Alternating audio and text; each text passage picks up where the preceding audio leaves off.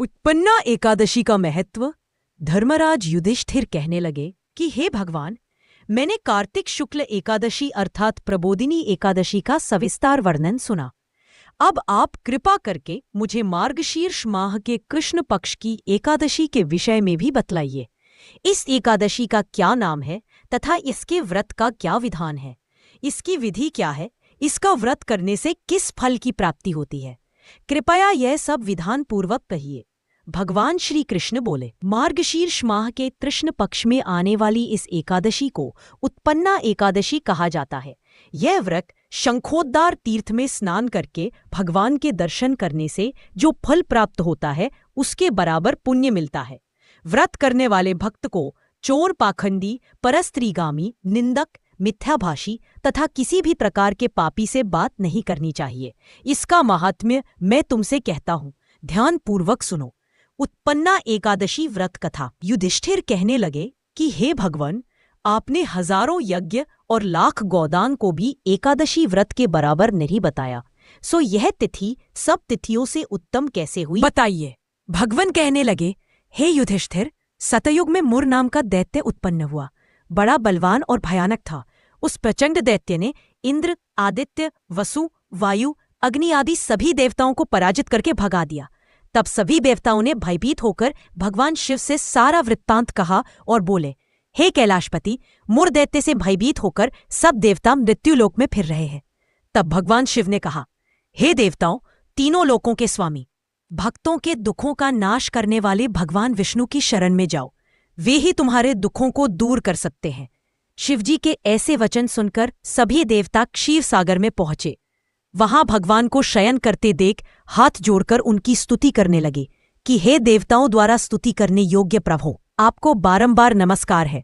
देवताओं की रक्षा करने वाले मधुसूदन, आपको नमस्कार है, आप हमारी रक्षा करें। दैत्यों से भयभीत होकर हम सब आपकी शरण में आए हैं। आप इस संसार के कर्ता, माता पिता, उत्पत्ति और पालनकर्ता और संहार करने वाले हैं। सबको शांति प्रदान करने वाले हैं। आकाश और पाताल भी आप ही है।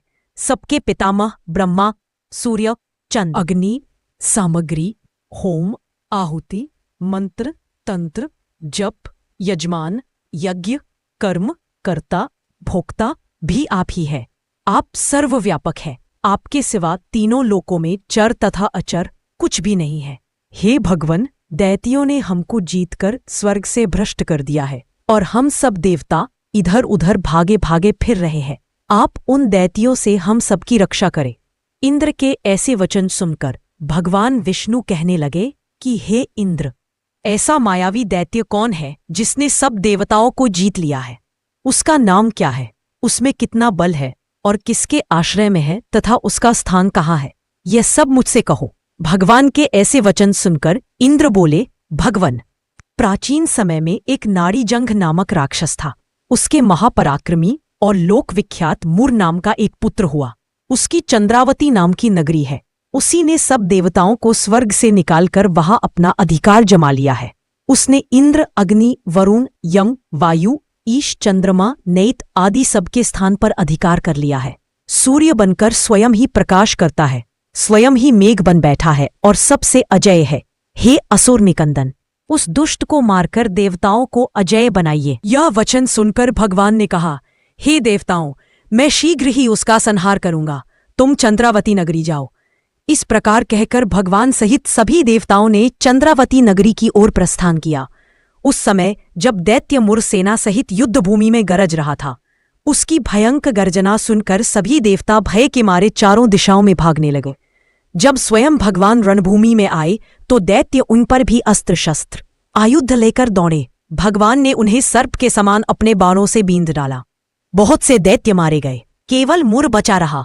वह अविचल भाव से भगवान के साथ युद्ध करता रहा।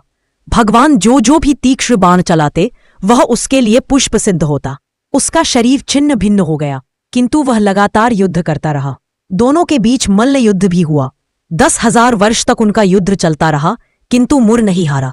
थककर भगवान बद्रिकाश्रम चले गए। वहां हेमवती नामक सुंदर गुफा थी। उसमें विश्राम करने के लिए भगवान उसके अंदर प्रवेश कर गए। यह गुफा 12 योजन लंबी थी और उसका एक ही द्वार था। विष्णु भगवान वहां योग निद्रा की गोद में सो गए। मोर भी पीछे पीछे आ गया और भगवान को सोया देखकर मारने को उद्यत हुआ। तभी भगवान के शरीर से उज्ज्वल कांतिमय रूप वाली देवी प्रकट हुई। देवी ने राक्षस मुर को ललकारा, युद्ध किया और उसे तत्काल मौत के घाट उतार दिया। श्रीहरि जब योग निद्रा की गोद से उठे तो सब बातों को जानकर उस देवी से कहा कि आपका जन्म एकादशी के दिन हुआ है, अतः आप उत्पन्ना एकादशी के नाम से पूजित होंगी। आपके भक्त वही होंगे जो मेरे भक्त हैं। जय श्री हरि।